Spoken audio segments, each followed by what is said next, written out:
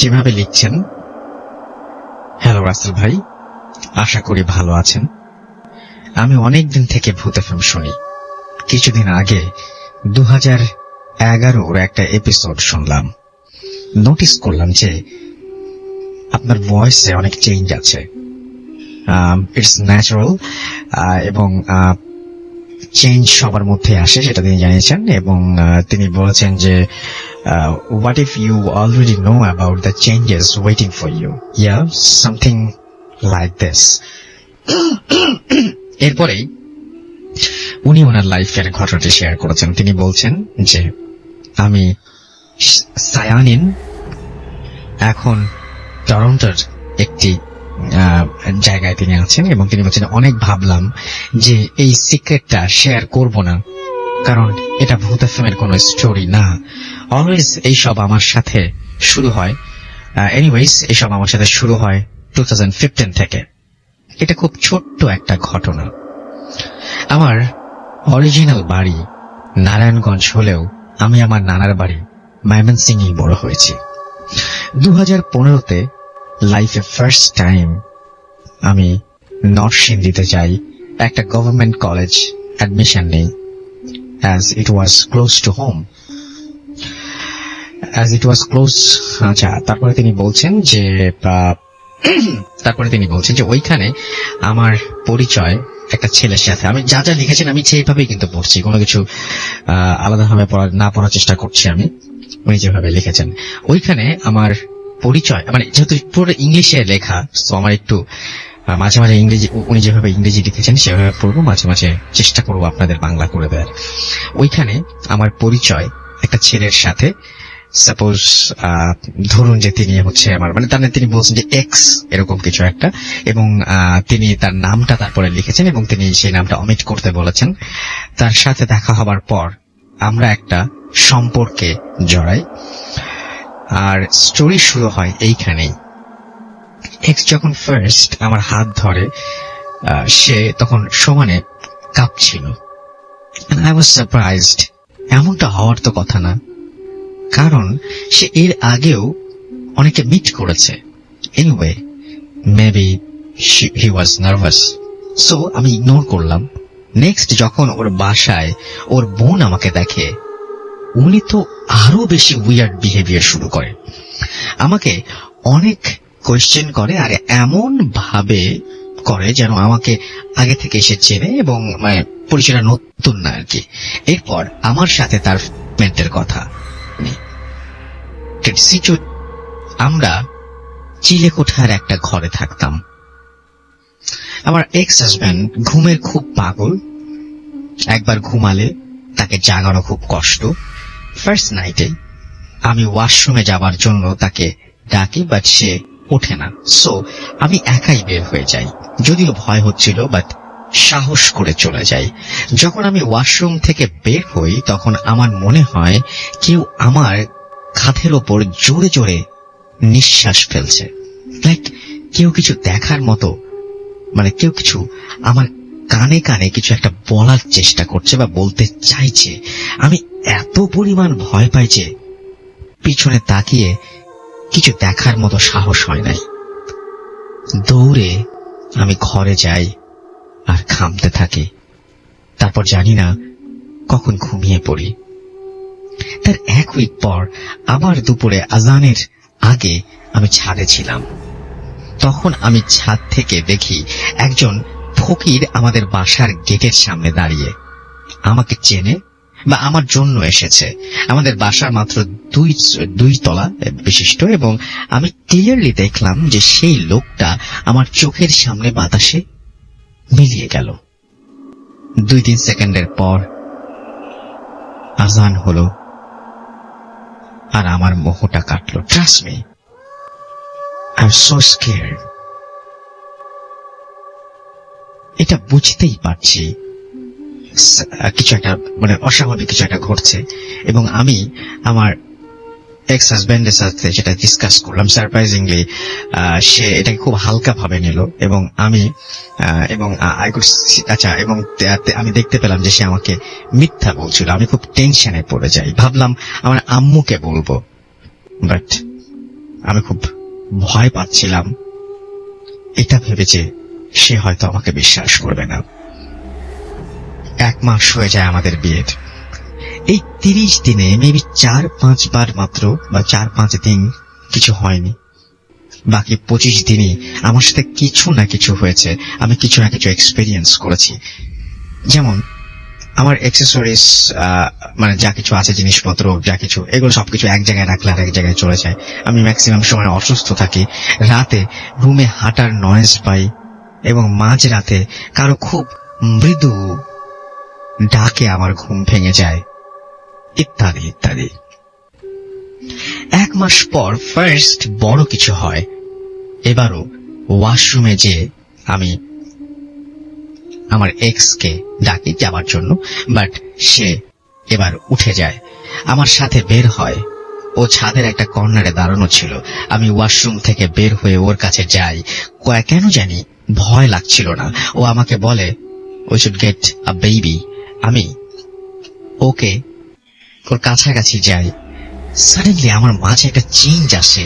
আমি বুঝতে পারি যে ও জোরে জোরে আমার ঘাড়ের উপরে নিঃশ্বাস ফেলছে, এবং মানে ঠিক সেই রকমটা যেটা আমি ফার্স্ট নাইটে বাথরুমের মধ্যে ফিল করেছিলাম। তার বডিটা আমার কাছে খুব কোল্ড মনে হয়। আমি তার ফেসের দিকে দেখি, অনেস্টলি আমি আমার লাইফে আর এমন ভয় পাইনি। এবং সে আমার হাজবেন্ড না, সে আমার হাজবেন্ড ছিল না। ইট ওয়াজ বিগ হিউজ ব্ল্যাক স্নেক। আমি তার দিকে দেখার সাথে সাথেই সে যেন আমার দিকে ফনা তোলে, বড় করে মুখ খুলে সাউন্ড করতে থাকে, মনে হয় যেন আমাকে ধমক দিল। আমি ভয়ে চোখ বুজে জোরে চিৎকার করতে থাকি। দেন কাউকে আমার হাজবেন্ডের রুম থেকে বের হয়ে আমার সামলানোর ট্রাই করে, বাট আমি তখন কাউকে ট্রাস্ট করতে পারছিলাম না। ও আমাকে রুমে নিয়ে যায় আর আমার মাথায় পানি দেয়। নিচে থেকে আমার মাদার ইন ল আসেন আর আমার হাতে পায়ে তেল মাসাজ করতে থাকেন। কোন রকমের সকাল হয়। সকালে আমি আমার হাজবেন্ডকে সব বলি। এইবার সে একটু সিরিয়াস ছিল আর একটা হুজুরের কাছে আমাকে নিয়ে যাওয়া হলো। হুজুর 3 দিন টাইম নেন এবং আমাকে এক টুকরো পেপার দিয়ে ঘুমানোর আগে বুকে রেখে ঘুমাতে বলেন। বাট আমার সিকনেস আরো বাড়তে থাকে, বমি আর অ্যাবডোমিনাল পেইন বেড়েই যাচ্ছে। দেন we went to a doctor and get to know that I was pregnant, which was মানে খুবই সারপ্রাইজিং ছিল। এটা হওয়ার কথা না। আমি অবাক আর ভয় আর টেনশনে স্তব্ধ হয়ে যাই। আমার উইকনেস বেড়ে যায়, বাট মেডিসিনের যে মানে ইয়েটা সেটা ভালো হয়ে যায়। মেডিসিনের ফলে সেটা ভালো হয়ে যায় মেডিসিন নেওয়ার পরে। এবং প্রেগনেন্সির 2 মাস পর এক রাতে 3টা বা 3:15 দিকে আমার ঘুম ভাঙে। রিজন, একটা হালকা ঠান্ডা কিছু একটা আমার পা জড়িয়ে ধরে থাকে এবং আমার বেলি ব্যাটনে এসে জড়িয়ে ধরেছে, এরকম একটা কিছু, মানে বসেছে, যে পেঁচিয়ে পেঁচিয়ে বসে আছে, এরকম টাইপের একটা কিছু। এবং আমি বুঝতে পারছিলাম it was a snake. Most interesting thing হচ্ছে আমি একটা স্বপ্ন দেখি। আমার মুখে কথা বন্ধ হয়ে যায়। I could feel I had lost my baby, but I couldn't move. আমি নড়তে পারছিলাম না এবং আমার ব্লিডিং হচ্ছিল। এবং লাস্ট 10 মিনিট ধরে, after 10 minutes I felt something very cold was climbing up. আচ্ছা, এবং মানে আস্তে আস্তে কোন একটা ঠান্ডা কিছু একটা তার স্টোমাকের দিকে উঠছে, স্টোমাক থেকে আস্তে আস্তে নেইকে মানে গলার দিকে উঠছে এবং তারপর আস্তে আস্তে কানের কাছে যাচ্ছে এবং সেটা বলছে something in a different language. যখন আমি নড়াচড়া করার সব মানে সামর্থ্য পেলাম বা নড়াচড়া করতে পারলাম, আমি আমার হাজবেন্ডকে ডাকলাম and he took me to the hospital. Doctor said it could be a life danger, but luckily I was safe. 1 week পর বাসায় আসি আর হাজবেন্ডকে বলি ডিভোর্সের জন্য। যদি সে সিরিয়াস, যদি সে এইসবের রিজন আমাকে না বলে, তো আমি আর তার সাথে থাকবো না। Then he told me the story behind it. 2012-এ সে একদিন রাতে তার ছাদে একটা মেয়েকে দেখে। তার খুব অবাক লাগে। ওই মেয়েটার কাছে সে যায়, তখন ওই মেয়েটা তাকে বলে 2015-য় তাদের বিয়ে হবে, একটা বেবি হবে, আবার মারাও যাবে। ওই মেয়ে আরো বলে যে বিয়ের পর তার হাজবেন্ডের ফ্যামিলি অনেক ভালো কিছু পাবে এন্ড সে তার হাজবেন্ডকে নিয়ে যাবে। সব বলার পর মেয়েটা স্নেক হয়ে যায় আর চলে যায়। ইন্টারেস্টিং ব্যাপারটি কি জানেন, ওই ড্রিমটা যে মেয়েটিকে সে দেখে সে আর কেউ নয়, সে আমিই ছিলাম। আর তার জন্য আমার প্রতি সবার বিহেভিয়ার ওইরকম স্ট্রেঞ্জ ছিল। তারা একটা হুজুরের কাছে আমাকে নিয়ে গিয়েছিল। হুজুর বলেছিলেন এইটা কোনো জিন করেছে। একটা মিররে ওই জিনের হেল্পে আমার হাজবেন্ডের বাসার সবাই আমার ফেস দেখেছিল, তাই সবাই আমাকে আগে থেকেই চিনত। জিন এটা কোনো কেন হয়েছে তা হুজুর বলেননি, শুধু বলেছেন যে আমি তাদের ফ্যামিলির জন্য লাকি, বাট আমার মারা যাবার পসিবিলিটি অনেক বেশি। তারা আমাকে যে হুজুরের কাছে নিয়ে গিয়েছিলেন তার রিজন ছিল if there was any way to save my life, but হুজুর said যে যতক্ষণ পর্যন্ত I am with my ex-husband it's hard to say anything. আমি আমার প্রেজেন্ট কে সব বলি আর তারা আমাকে নিয়ে আসে। Then I got divorced and I moved to Canada. But কোন অতীত কখনো আসলে কিছু কিছু অতীত ভোলা যায় না। Still I feel something around me, but it never hurts me. And যেটা বলছেন যে this is my story, and তারপরে তিনি বলছেন যে আরো অনেক ইনসিডেন্ট আমার আছে তা যেগুলো আমি in future I can share. আর তারপরে তিনি বলছেন যে তিনি তার জন্য প্রে করতে বলেছেন এবং আমাদেরকে ধন্যবাদ জানিয়েছেন। Thank you very much. আমি আপনার ঘটনাটা পড়লাম, একটু থেমে থেমে পড়তে হলো যেহেতু ইংরেজিতে লেখা ছিল, বাট ঘটনাটা এত সুন্দর, মানে আমি সুন্দর বলছি কিন্তু আপনার লাইফে অনেক বড় একটা চেঞ্জ নিয়ে এসছে। এটা আপনার জন্য খুব খারাপ লাগছিল যখন পড়ছিলাম সেই মুহূর্তে, এবং আমার সত্যিই খুব কষ্ট হচ্ছিল যখন আপনার ব্যাপারগুলো জানছিলাম। একটা বাচ্চাকে হারানো এটা অনেক কষ্টের ব্যাপার, এবং তার চেয়েও কষ্টের ব্যাপার যে একটা ঘটনা সারা জীবন মানে এরকম একটা ভয় আতঙ্ক আপনি বলছেন যে এখন আপনি ফিল করতে পারেন এটা বয়ে নিয়ে বেড়ানো।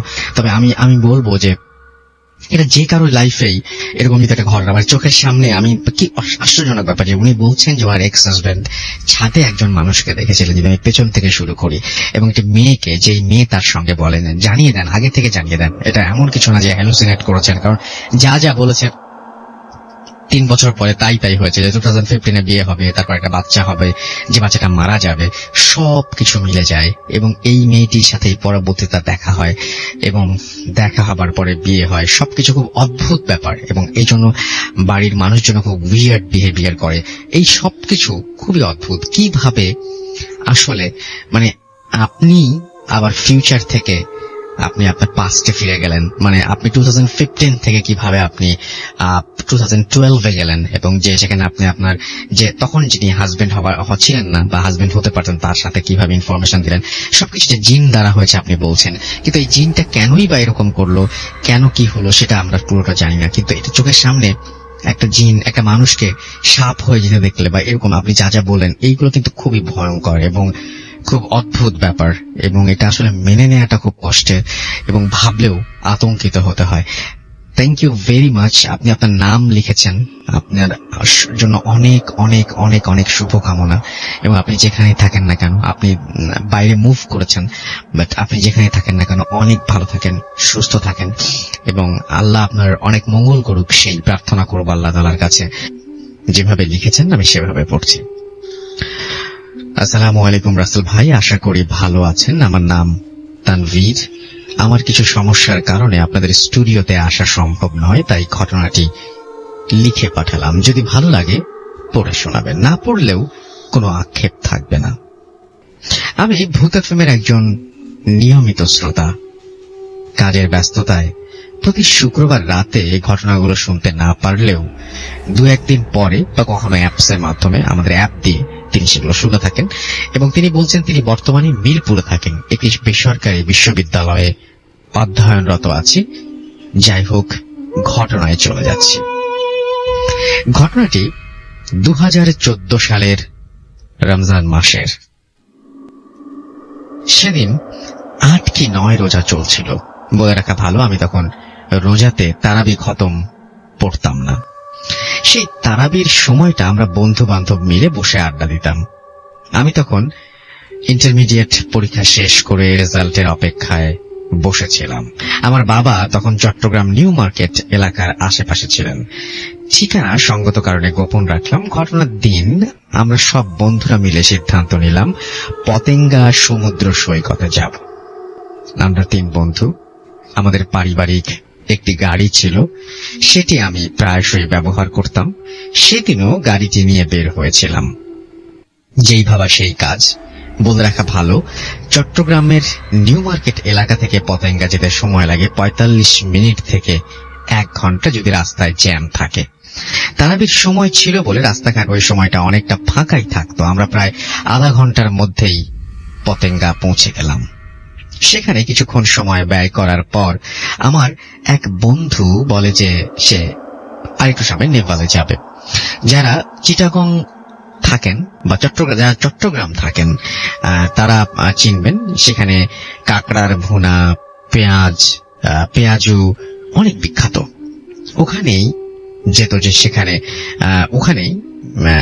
যেত সবাই খাবার জন্য।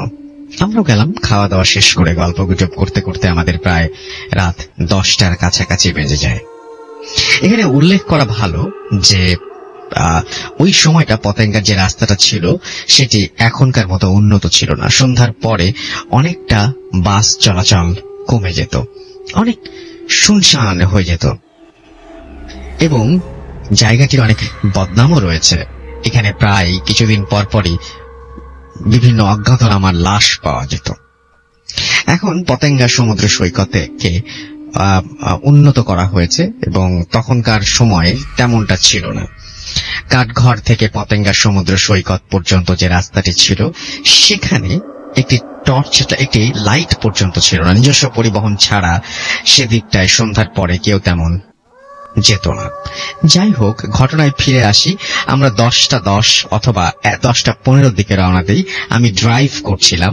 আমার একটি ফ্রেন্ড আমার পাশে ছিল আর বাকি এক ফ্রেন্ড গাড়ির পেছনে বসে মোবাইলে কথা বলছিল। নেভাল থেকে পতেঙ্গার দিকে টার্নিং ছিল এবং সেটা পর্যন্ত খুব ভালোভাবে এলাম। পতেঙ্গা সমুদ্র সৈকতে প্রবেশের যে জায়গাটি আছে সেটি পার হওয়ার পর মূলত ঘটনা শুরু হয়ে যায়। আমরা চট্টগ্রাম ছিলাম বা এখনো আছে, তারা যারা আছেন চট্টগ্রামে তারা সব ভালো করে জানেন যে পতেঙ্গার পুরো রাস্তাটি ঝাউবনে ঘেরা। আমি তখন একটি সিগারেট ধরালাম এবং হাতেই গাড়ি ড্রাইভ করছিলাম। আর এক হাতে গাড়ির গতি তেমন বেশি হবে না, 30 কি 40 কিলোমিটার পার আওয়ার। হঠাৎ করে আমি রাস্তার বাঁ পাশে গাড়ির হেডলাইটের আলোয় একটা মেয়েকে দাঁড়িয়ে থাকতে দেখলাম। মেয়েটি ধূসর কালো টাইপের একটা জামা পরা ছিল, দেখতে অনেক সুন্দর ছিল। মেয়েটি তার হাত এমন ভাবে রাস্তার দিকে ধরে রেখেছিল যেমনটা আমরা যখন কোনো লিফট চাই ওইরকম একটা ভঙ্গি করি। তখন আমাদের গাড়িটি মেয়েটি থেকে 50-60 গজে দূরে ছিল। আমার ফ্রেন্ডকে আমি জিজ্ঞেস করলাম, তুই কি দেখেছিস? সে বলল, হ্যাঁ দেখেছি। সে বলল, মেয়েটা তো বিপদে পড়েছে, গাড়িটা থামা। কিন্তু আমার তখন মনে একটু খটকা লাগলো। আমি জানতাম এই রাস্তাটা প্রায় ছিনতাই হতো আর রাতে একটি মেয়ে এখানে আসার প্রশ্নই ওঠে না। তাই গাড়িটা না থামিয়ে চলে যায়। ব্যাপারটি ততটুকু পর্যন্তই সীমাবদ্ধ থাকলেও খুশি হতাম।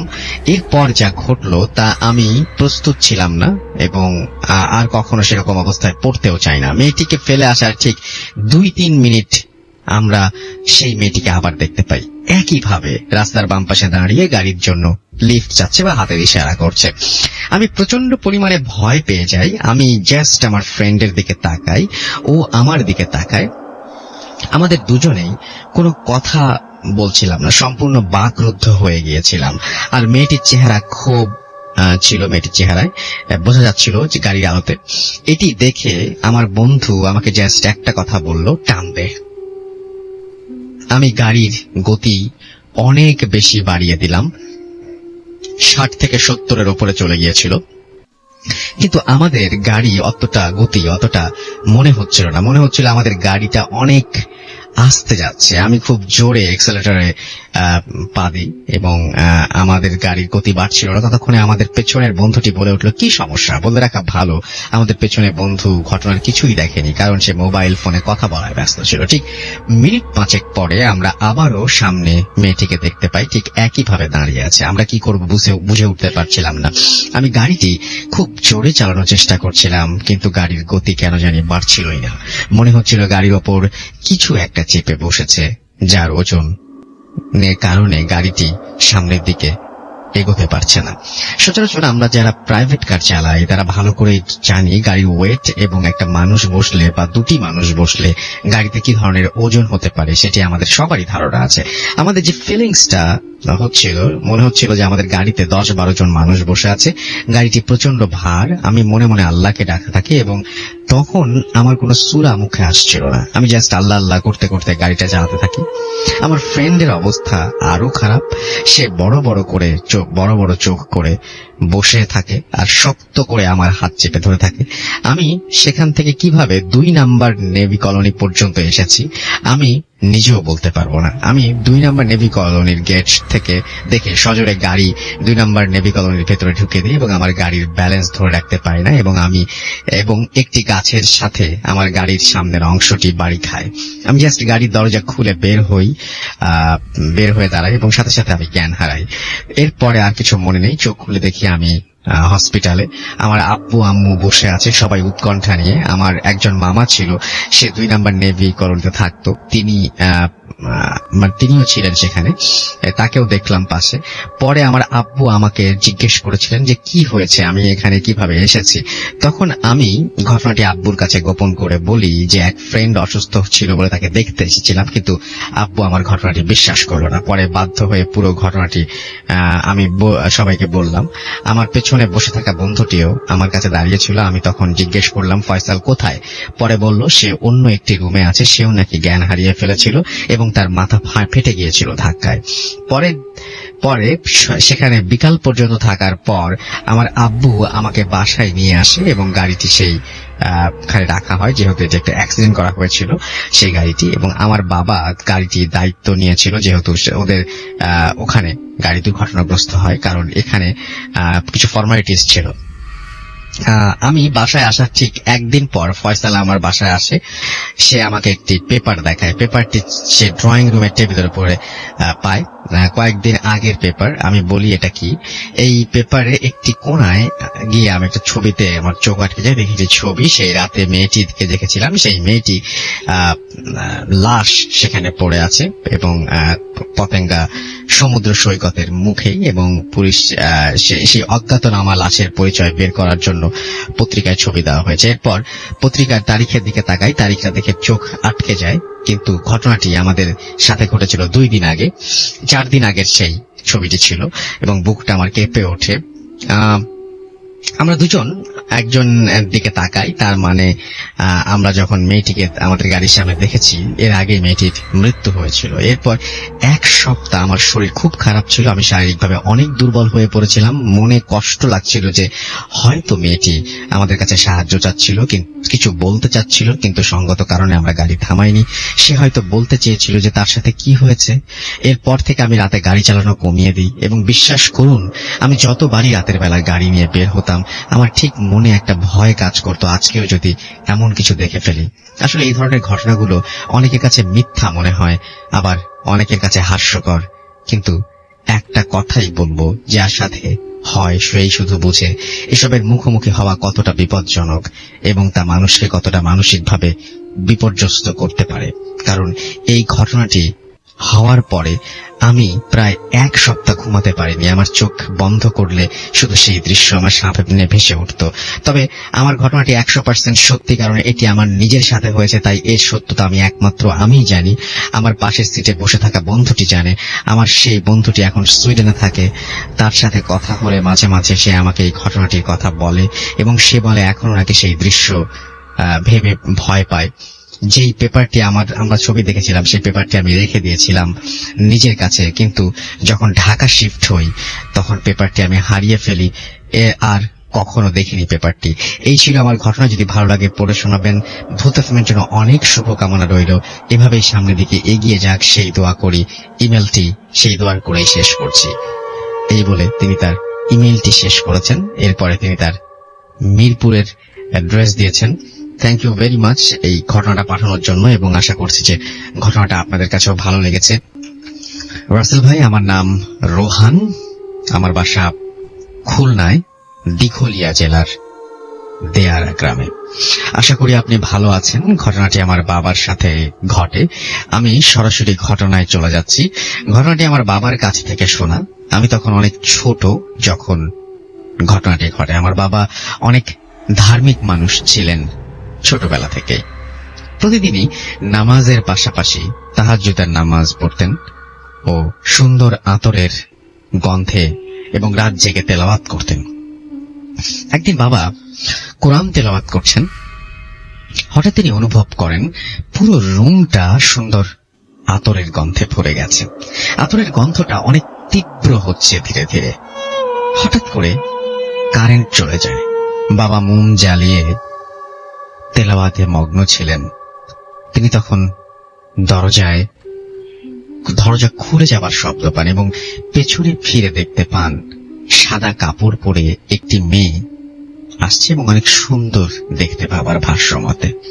মেয়েটি জায়নামাজের পাশে বসে এবং বাবাকে বলে, আপনার কণ্ঠস্বর অনেক সুন্দর।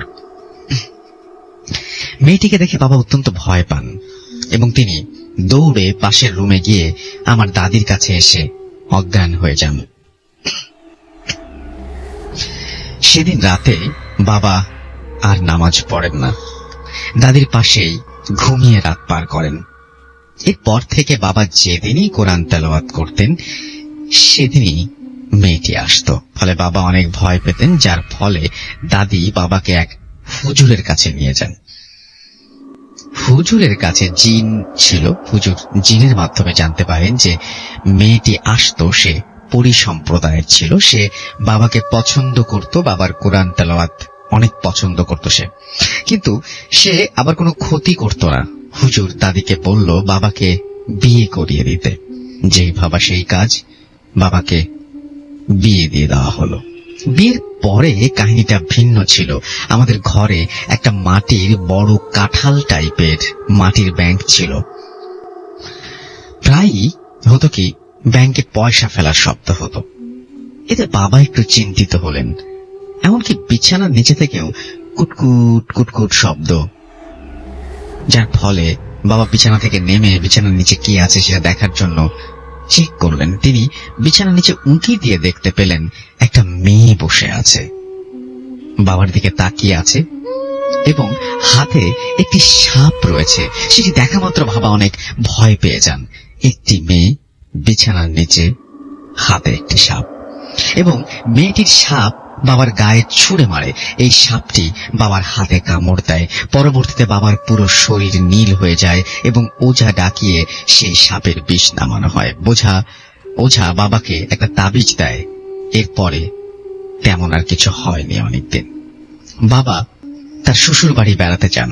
কিছুদিন পর সেখানে গিয়ে একদিন পুকুরে গোসল করতে গিয়ে বাবা হাতের তাবিজটি হারিয়ে ফেলেন। বাসায় এসে তিনি লক্ষ্য করেন যে তার তাবিজ হারিয়ে গেছে। সেদিন রাতে বাবা রাতের খাবার শেষে যখন শুয়েছিলেন তখন হালকা তন্দ্রা এসেছে। তিনি লক্ষ্য করলেন একটা বোরকা পরা মহিলা বাবার একদম মুখের ওপর শূন্যে ভেসে আছে। এটা দেখা মাত্রই মহিলাটি বাবার গলা চেপে ধরেন এবং বাবা গোঙাচ্ছিলেন। এমন সময় আম্মুর ঘুম ভেঙে যায়। আম্মু বাবাকে ধাক্কা দিতেই সেটা গায়েব হয়ে যায়। পরের দিন উঠে নানিকে ব্যাপারটি জানানো হয়। নানি বাবাকে বলেন, তুমি ওই মেয়েটি আসলে বলবে তোমার বউ আছে, সংসার আছে, তুমি তার সাথে যেতে চাও না, সে যেন চলে যায়। আমাদের নানির বাড়ি অনেক বড় বাগান ছিল। বাবা ওই দিন বিকেলে বাগানের দিকে যান। তখন ফলের মৌসুম ছিল। বাগানের দিকে গিয়ে ভেতরে অনেক দূর থেকে দেখতে পান সাদা কাপড় পরে একটা মেয়ে ভেসে ভেসে আসছে। বাবার কাছে এসে মেয়েটি বাবাকে বলে, আমি তোমাকে আমার দেশে নিয়ে যেতে চাই। তখন বাবা দাদি নানির বলা কথাগুলো মেয়েটিকে বলে যে তার সংসার আছে, তার স্ত্রী আছে, তাকে যেন ছেড়ে দেয়। যার ফলে মেয়েটি প্রচন্ড ক্ষিপ্ত হয়ে বাবাকে সজোরে আঘাত করে। সেখানে বাবা জ্ঞান হারিয়ে ফেলে। বাবাকে খুঁজে না পাওয়ায় মামারা বাগানে গিয়ে বাবাকে মাটিতে পড়ে থাকতে দেখে এবং ধরে নিয়ে আসে। ওই দিন বাবাকে নানি বাড়ির এলাকায় বড় এক হুজুরের কাছে নিয়ে যাওয়া হয়। হুজুর বাবাকে দেখে আসনে বসেন এবং বলেন, ওই মেয়েটি বাবাকে অনেক পছন্দ করে এবং বাবাকে নিয়ে যেতে চায়। যার কারণে বাবা যখন বিয়ে করেছে এটি জানতে পারে, তখন সে নানাভাবে বাবাকে ক্ষতি করার চেষ্টা করতে থাকে। এমনকি সেদিন বিছানার নিচে সাপটি বাবার গায়ে ছুঁড়ে যে মেরেছিল, বাবাকে মেরে ফেলার জন্যই সেটি করেছিল। হুজুর বলল, একটি তাবিজ এবং গোসল দিলে এটি থেকে রেহাই পাওয়া যাবে। এর জন্য 7 ঘাটের পানি, গোলাপ জল, হুজুরের পানি পড়ে সবকিছু ঠিক করা হলো এবং প্রাণীর চামড়া দিয়ে তাবিজটি লিখে সেই তাবিজ ব্যবহার করতে দিলে পরবর্তীতে বাবা সেই জিনিসগুলো ব্যবহার করে এবং আস্তে আস্তে ঠিক হয়ে যায়। এরপরে একদিন বাবাকে স্বপ্নে দেখানো হয় সেই ব্যাংকটি ভাঙার জন্য। পরের দিন আমি তখন যথেষ্ট বড় হয়েছিলাম, আমি বাবা আম্মু সবার সামনে ব্যাংকটি ভাঙতে থাকেন। ভাইয়া সেটা যখন ভাঙা হয় তখন অনেক পুরনো সময়ের কয়েন পাওয়া যায়, এমনকি অনেক জিনিস পাওয়া যায় যে আগে যেগুলো আমরা দেখিনি। পরে বাবা সেই জিনিসগুলো কোনো হুজুরকে দেখান না, সেগুলো নিজের কাছে রেখে দেন এবং এটাই ছিল ঘটনা। পছন্দ হলে পড়ে শোনাবেন। তো আমি ঘটনাটা লিখেছেন হচ্ছে মুনতাসির ফুয়াদ রোহান এবং খুলনা থেকে ঘটনাটি পাঠিয়েছেন। আমি এটাই বলতে চাচ্ছিলাম যে আমরা বিভিন্ন ধরনের ভয়ের ঘটনা বিভিন্ন জায়গায় শুনি, বিভিন্ন জায়গায় বিভিন্ন বই পড়ে জানি, কত বড় বড় লেখক তারা লিখছেন এবং সেগুলো পড়ে আমরা আনন্দিত হচ্ছি, ভয় পাচ্ছি। আমাদের হলিউডে যে সমস্ত হরর ফিল্ম তৈরি হচ্ছে, আমরা বিভিন্ন জায়গায় যে সমস্ত ওয়েব সিরিজ দেখছি, সেগুলো দেখে আমরা ভয় পাচ্ছি এবং কত মেধা সম্পন্ন মানুষ তার পেছনে আছে একটা ফিল্ম বানাতে। আর আমাদের এইখানে আমাদের বাংলা ভাষায়, আমাদের বাংলা সাহিত্যে ভয়ের গল্পের তো কোনো অভাব নেই, ভয়ের ঘটনারও কোনো অভাব নেই। এবং আমাদের বাঙালি একজন যে কোনো একটা জায়গায়, যে কোনো জায়গা থেকে, এটা তো খুলনা, রাজশাহী, ঢাকা, চট্টগ্রাম, রংপুর, বরিশাল বা সিলেট নয়, যে কোনো প্রত্যন্ত অঞ্চলেও একজন মানুষ তার ঘটনা লিখে পাঠিয়ে, খুব স্বাভাবিকভাবে লিখে পাঠিয়ে ভয় ধরে দিচ্ছেন। গত 9 বছর ধরে, 9 বছরের বেশি সময় ধরে আমরা এই ব্যাপারগুলো ঘটতে দেখেছি এবং আমি খুবই I am proud of you, আপনারা যারা ঘটনা পাঠান তাদের জন্য। এবং আমি সত্যিই খুবই গর্বিত যে আমার মনে হয় যে এই লেখাগুলো যদি আমার কাছে না আসতো আর আমি যদি পড়ে না শোনাতাম, অনেকে তো জানতেই পারতেন না যে প্রত্যেকটা মানুষের মধ্যে আশ্চর্য রকমের একটা ক্ষমতা আছে। প্রত্যেকটা মানুষ একজন স্টোরি টেলার, যিনি তার ঘটনাগুলোকে চমৎকার ভাবে লিখে পাঠান এবং লিখতে পারেন। আজকের ঘটনাটি চিন্তা করে দেখুন যে আপনি অন্ধকার ঘরের মধ্যে হঠাৎ করে যদি আপনার এরকম হয় যে আপনি আপনার খাটের নিচ থেকে কোনো শব্দ শুনতে পাচ্ছেন এবং সেই শব্দ শুনে খুব আপনি আগ্রহ ভরে আপনি দেখতে গেলেন যে এই শব্দটার উৎস কি বা এই শব্দটা কোথা থেকে আসছে, কি হবে? আপনি তাকালেন এবং দেখলেন একটি মেয়েকে, যে মেয়েটা কিনা একটা সাপ হাতে নিয়ে খাটের নিচে বসে আছে। আপনি চিন্তা করতে পারেন যে একটা মেয়ে সে খাটের নিচে সাপ হাতে নিয়ে বসে আছে এবং আপনি তাকে দেখা মাত্র সে আপনার গায়ে সাপটাকে ছুঁড়ে মারছে। এর চেয়ে ভয়ের দৃশ্য পৃথিবীতে আর কি হতে পারে? মানে আমি এটা যখন পড়ি তখন খুব শিউরে উঠেছিলাম। বা তিনি তারপরে যে বর্ণনাটা দিয়েছেন যে একজন বোরকা পরা মানুষ, মহিলা, তার একদম মুখের সমান্তরালে সেই মানুষ, এটা আমি যদিও শুনেছি, কিন্তু আমি এই দৃশ্যটা কল্পনাও করতে পারি না যে তিনি যেটা বলছেন যে সাপ হাতে একটা মেয়ে বিছানার নিচে বসে আছে। কি ভয়ঙ্কর দৃশ্য, তাই না?